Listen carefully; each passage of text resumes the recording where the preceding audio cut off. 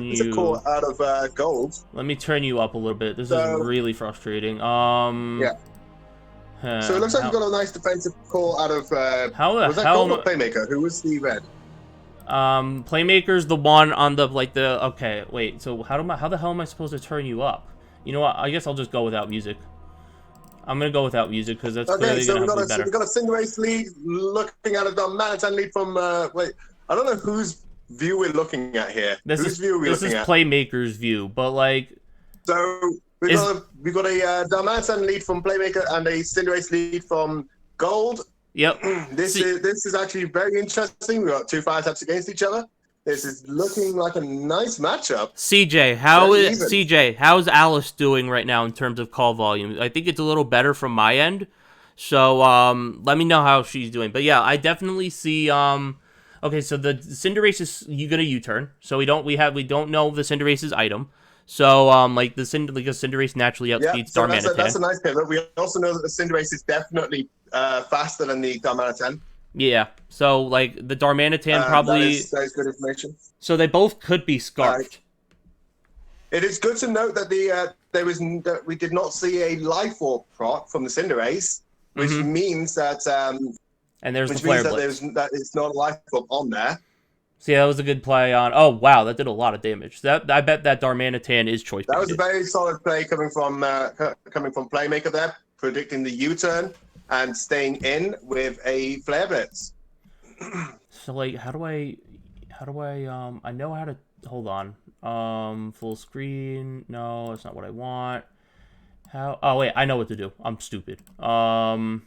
So was that a leftovers proc that we saw on Gold's Mudsdale there? Yes, I was right. I figured it out. I'm so smart. I'm so big brain. Hold on, I'm turning you up by a lot. CJ, how's that? I turned her up a little. I turned her up a little bit. So yeah, let's try that. So yeah, I believe that was the leftovers proc on the Mudsdale. We also did see the stamina, so the ability has been revealed. Yes. Yep, there goes the Mudsdale. That's the Mudsdale down. Yep, Mudsdale goes down. That is that's First kill goes to Darmanitan. Yeah, this Darmanitan is Darmanitan's scary. So like Darmanitan is scary, but we do have to remember that there is damage recoil from that Flare Blitz. So as you can see, Darmanitan's actually not choiced. It's actually going for the U-turn. That's crazy. Darmanitan is so stupid powerful. So yeah, Darmanitan's going to U-turn out on the Blastoise. Okay, so the Darmanitan's Life Orb. So Sheer Force Life Orb. That's why it didn't take damage from. So Sheer Force Life Orb. That is it. Well, that is interesting to note. I am just going to mark down Dar 1 kill, just for golds. And in comes the Komodo. Now this is an interesting choice to bring in against a water type like Blastoise, given that Blastoise has a really nice range of moves that it could be running. So you like we do see that. So like we do see that the leftovers there and the toxic. And I think that's red card on Como. So that means he's probably gonna expect Ice Beam here. So and like he doesn't really have any Ice Beam switch-ins because of the damage he already took. So yeah, that's obviously not good for. Okay, so he's gonna fire off a toxic of his own. And toxic of his own. That is bad for a Blastoise. Blastoise's biggest strength here is its natural bulk. So by landing a toxic against the Blastoise, not only does it stop the leftovers, but it also allows the Blastoise to be whittled down over time. Yeah, and there goes the Blastoise. That was a red card proc. Yeah, I did see the red card when he was deciding items. So however, Blastoise has now revealed Skull. Yeah, that is good to note. And looking at this Como's moveset, he can't really touch Clefable at all, so he's probably going to need to switch or sack Como or something, because this obviously isn't a favorable matchup. With the red card procs, this might be the sign of a switch. So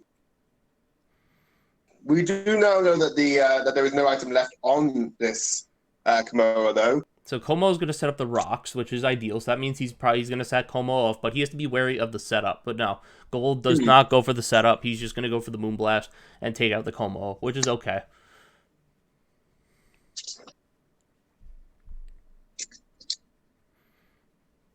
If I were Playmaker, so Playmaker could go to a lot of things right now. He doesn't really have Remember, much. We're not supposed to influence what their decisions could be. Remember that. Yeah, no, I'm not. I'm just saying what Playmaker could possibly go to. Like, I don't really see what Playmaker could go. Like, I don't really see what Playmaker could go to here. But he's looking to go to the Swoop. There are a few scary threats here that could be an answer to the Clefable. Okay, so he chooses to go to the Swoobat. So Swoobat is neutral against the Clefable. So a lot of things could happen here. But like looking at the Swoobat set though, look at the Swoobat. It doesn't have any attacking moves. So like I don't know what Playmaker's trying to do here, but like this Clefable could be like Magic Guard Life Orb. It could do a lot of damage with the Moonblast shenanigans. Now, this could well be a support set. Let's just see. So yeah, I believe that. But didn't we see a? Was it Baton Pass? Yeah, we saw. But So judging by that damage, that was a support set. But unfortunately, Swoobat's gonna have a special attack drop to +2 rather, and he's looking like he's gonna Baton Pass out. So yeah, Swoobat's gonna Baton Pass out. Into what is the question, and I would assume Clefable's going to fire off another Moonblast here, because this Swoobat's obviously a very big threat. The assumption is that there is going to be another Moonblast here. Now, the only thing that was left on the team to go into, I believe, would be the Togekiss. There is a Vikavolt there, but we don't know what this Vikavolt set is. Togekiss does make the most sense, though, as it's possibly a Scarf set, judging by the fact that it came in against the Clefable. Mm-hmm. And with a +2, that is a plus that we could not reach with a Scarf set. Mm-hmm. I believe it was +1 though, because Moonblast did drop down, didn't it? No, it's +2 because it's simple. But this Clefable might have Unaware. So let's see what. Okay, so no, it's definitely that actually could be Unaware. I don't know. Like that's actually really tough to tell because the Togekiss did get the flinch. So this is either a really specially bulky Clefable or this Clefable's Unaware. Yeah. It's possible that this could be a especially offensive with bulk investment.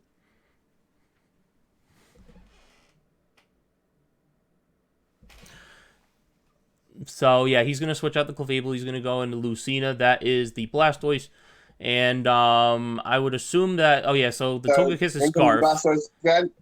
So like he has to fire off another Air Slash. Now we do know that. And down goes Blastoise. We do know this Blastoise is defensive based on the damage it dealt, what it took from the last attack. But Clefable does take a kill here. Not Clefable. Togekiss. Togekiss, thank you.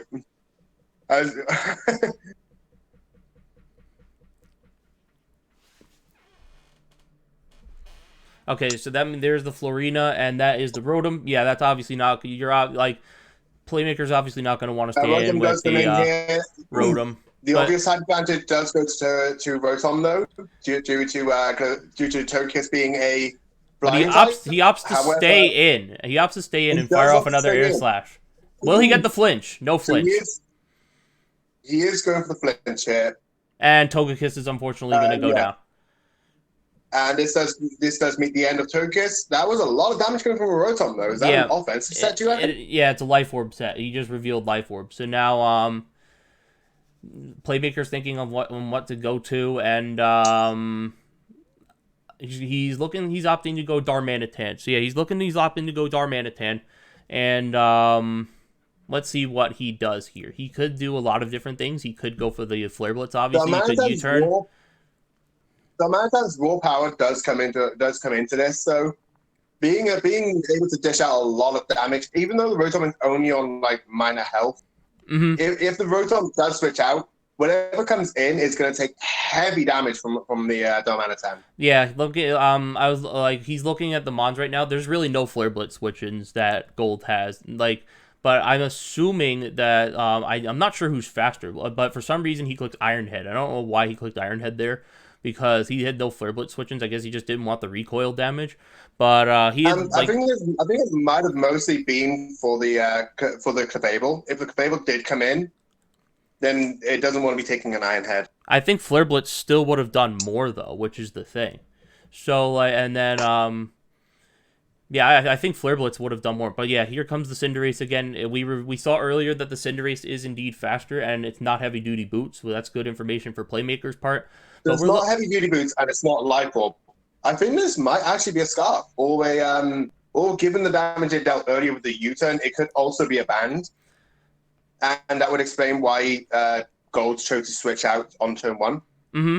But looking at this, Playmaker is obviously in a really sticky situation right now because he doesn't have many switch-ins to the Cinderace, so something's probably going to have to go down here, and I think that's what's going through Playmaker's head right now. He's looking through buttons to click right now. He thought about sacking it, going to click Earthquake, but he doesn't know what to do here because he doesn't have any switch-ins to Cinderace. So yeah, well, we do know that there are still 2 Pokemon that have not been revealed on Playmaker's side, being the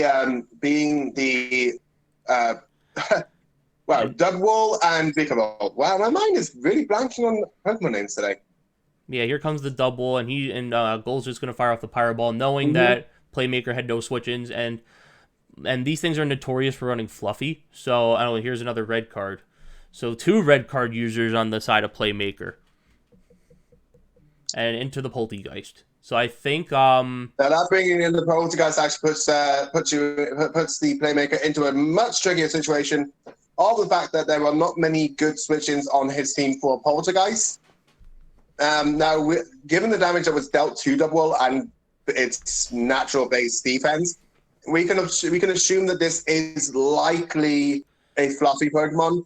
And looking at the moveset, it does scream it's going to be more physically defensive, which further confirms that the ability is most likely Fluffy. I think that Playmaker is done for. I'm going to be honest, because he has nothing to touch the Poltegeist with in terms of, like, attacks. So he's kind of forced to go for Baton Pass here, and he's forced to go into something, but nothing outspeeds the Poltegeist anymore. So I think the game has just been won by Goldoa. I think the game is over. Yeah, given the fact that it is now at +2 speed, it is going to outspeed. But the question is, what is the moveset on this thing? Now, given the moveset, base Shadow Ball will do a lot to the team. However, we have to consider that there's still a possibility of switching in. Yeah, but no, there's nothing Playmaker could do. He's lost the game. So, No. Like, there's nothing that he can do. Like, there's nothing he has that can outspeed this Poltegeist. Like, this is probably the one thing that can probably live a hit, but it all depends on his spread. If he's a bulkier Vikavolt, then maybe he can live, but it really all depends on what his Vikavolt set is here. This is actually a really good play by Gold, leaving the Poltergeist in until the very end. Now, I believe that was a Life Orb prompt that we just saw from the Poltergeist as well. Yeah, I don't think there's anything Playmaker could do to win. I think this game is over. Yeah, this game's definitely over. That's a stored power from a Poltegeist. Goodbye, Vikavolt. Yep, this game is over. It's looking like Goldoa's going to sweep with Poltegeist. Yeah, given stored power, there is definitely nothing that could be done here. Yeah, this game's over. The real question is, why the heck did they give stored power to something with Shell Smash? I don't know, man. I don't know. It's just, that's Pokemon for you. But yeah, he's going to go for the stored power, take out the double. Yeah. And then the Darmanitan's going to come in, and it's going to die at the hands of Poltegeist. Yeah, and even if it didn't die to the hands of Poltegeist, it would still, it doesn't outspeed the, it does not outspeed the Cinderace. So if the Poltegeist doesn't kill the Darmanitan, I believe the Cinderace will. Yep, and that is the game. Good game to both players. Obviously, congrats to Gold for winning the game. And I'm sorry that the beginning of this stream was so disorganized. This is actually my first time doing something like this. So I'm gonna have to get a lot of practice in terms of the cropping and stuff. if we do look back over this battle, though, we do see that the there was some good plays on both sides, but the lead actually did, I feel, determined the course of the game. Given that once all the abilities were seen on Darmanitan, there wasn't much left to hide. I do feel like that did set the course for how the game was going to go. Yeah, I What do you think? agree. I think that in terms of the course of the game, I think Playmaker relied too heavily on the gimmicky strats with the baton pass, and he really tried to like get set up. In fact, I'm not sure if I think Playmaker was only supposed to bring one baton passer. I think bringing multiple baton passers is banned. I'm not 100% certain. But I think what Playmaker tried to do was he tried to baton pass from the Calm Minds into double and then baton pass the Swords Dance and the Cotton Guards to another Pokemon. And I'm not sure if that's legal, but Gold did just confirm that the only what I was thinking. Yeah, Speed Pass is the only thing that is banned. So baton pass rules aside, I think he relied too heavily on the baton pass, and baton pass is like it's gimmicky. I'll say that much. And normally gimmicks like Trick Room, baton pass, things like that, they just don't normally work all that great in draft league format, in my honest opinion. T-Shen, Gold, you just missed the battle. Gold won the battle. The stats were Darmanitan got 2 kills, Togekiss got 1 kill, Clefable got 1 kill, Rotom got 1 kill, and Poltergeist got 4 kills total. Yep. So that is. So looking back over these kills, I do think that the Darmanitan snagging both the like two out of the 3 kills was actually very interesting. Now we did see that there was a lot of heavy reliance on those 2 Pokemon as the sweepers. I think maybe, yeah, you were right about the double baton pass was a bit greedy, but I do see what he was trying to get at there. Baton passing from the double into the Swoobat would have been a very good play, passing the defense boost onto an already bulky Pokemon, allowing it more time to set up and pass on